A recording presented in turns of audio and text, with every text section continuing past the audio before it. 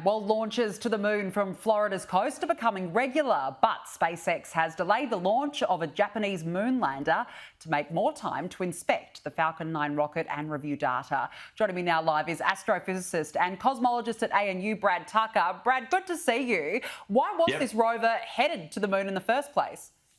Yeah, this is a probe built by the company called iSpace. This is a private Japanese firm who was contracted by NASA to start sending supplies, essentially, and equipment to the moon on behalf of organizations for them. Essentially, a shipping service, essentially, for future Artemis missions. We saw the Artemis mission take off earlier this year, and the Orion capsule is still in orbit, and there's a goal of increasing that. And so in order to do that, you need supplies and equipment ahead of time. And they're also doing it for other countries. In fact, the rover on board is from the United Arab Emirates.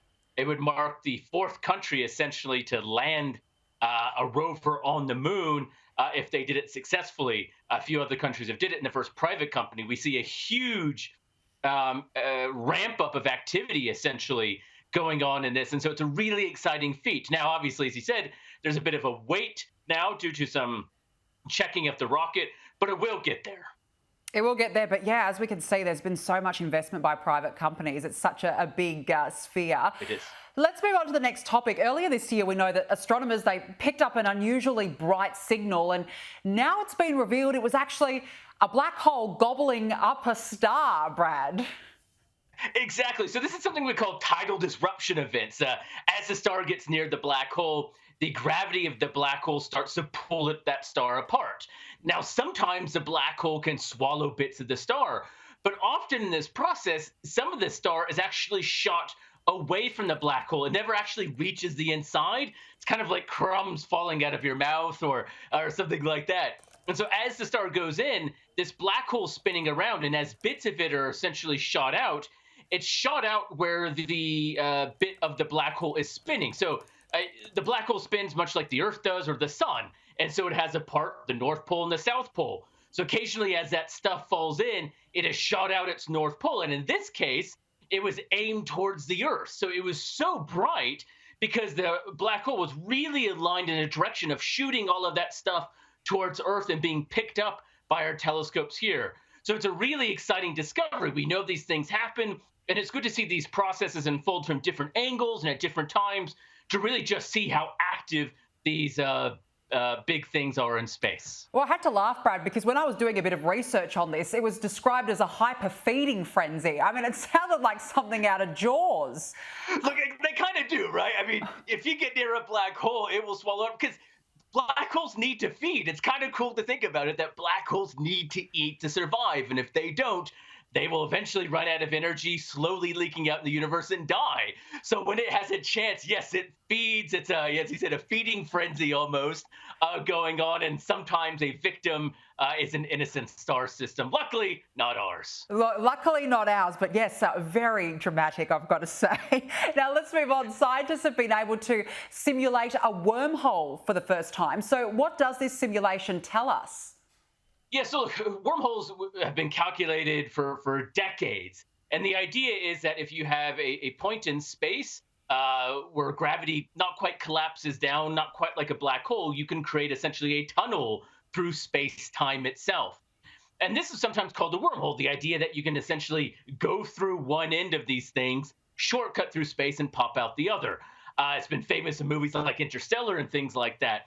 And what this simulation is showing is not necessarily making the wormhole itself, but the process that things can be and how they go through. And it's essentially what we call transferring information. When we think of going through things, teleportation or through a wormhole, you're really transporting information. Now, the information may come of how to make me or you, or how to make a dog or a tree, or even little bits of atoms that make these things up.